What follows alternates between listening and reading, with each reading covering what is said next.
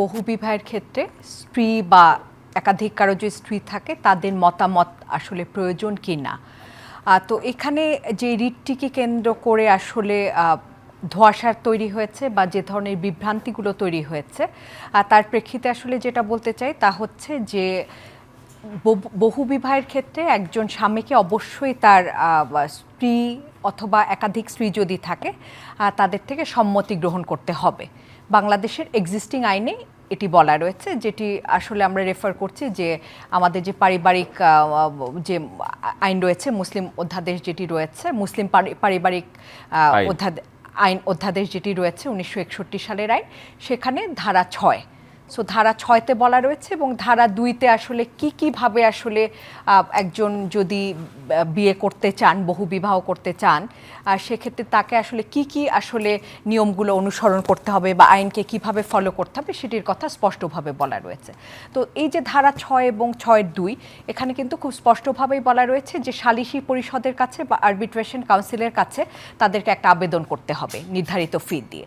তো যখন একজন ব্যক্তি আবেদন করছেন, তারপরে আরবিট্রেশন কাউন্সিল যারা সালিসি পরিষদ, তারা কিন্তু দুই পক্ষ থেকেই, অর্থাৎ যিনি বিয়ে করতে চাচ্ছেন তিনি এবং তার যে স্ত্রী রয়েছেন, যার অনুমতি লাগবে, এই দুপক্ষের থেকে একজন করে প্রতিনিধি নিয়োগ করবেন, মনোনীত করবেন। তারপরে এই যে কাউন্সিলটা গঠন হলো, তারা মিলে সিদ্ধান্ত নেবেন যে এখানে আসলে কতটুকু প্রয়োজনীয়তা আছে বহুবিবাহের জন্য। এখন এই যে প্রয়োজনীয়তার ব্যাপারটি, এখানে কিন্তু আরবিট্রেশন কাউন্সিলের এক ধরনের ডিসক্রেশন আছে, তারা যে কোনো ধরনের সিদ্ধান্ত নিতে পারেন। এখন প্রশ্ন হচ্ছে কিসের ভিত্তিতে তারা এই সিদ্ধান্ত নেবেন।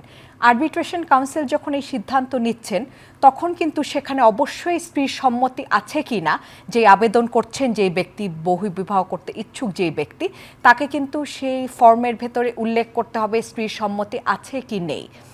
তো এখন কিছু কিছু ক্ষেত্রে এমনটি হতে পারে যে স্ত্রীর এমন কিছু সার্কামস্টেন্সেস, কয়েকটা সার্কামস্টেন্সের কথা বলা রয়েছে, যেই পরিস্থিতিতে আসলে একজন ব্যক্তিকে এই বহুবিবাহ করতে পারেন, তারা পারমিশন দেওয়া হচ্ছে।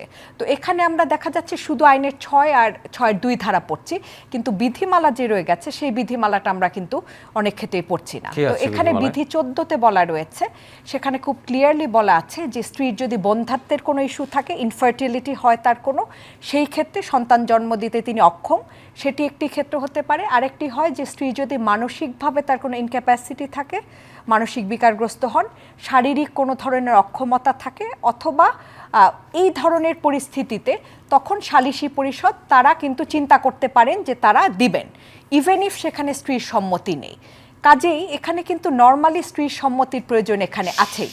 শারীরিক অক্ষমতার বিষয়টি নির্ধারিত হবে কিভাবে? শারীরিক অক্ষমতা, সেখানে তো অবশ্যই মেডিকেল এক্সপার্ট আছে, টেস্টের বিষয় আছে, এই বিষয়গুলো আসবে।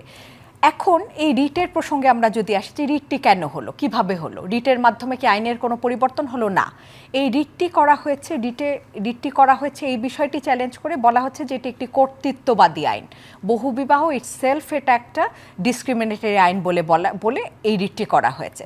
তো 2021 সালের রিট এটা। তো প্রাথমিক শুনানির পরে কিন্তু একটা রুল ইস্যু হয়েছে যে কেন এটা কর্তৃত্ববাদী আইন হবে না।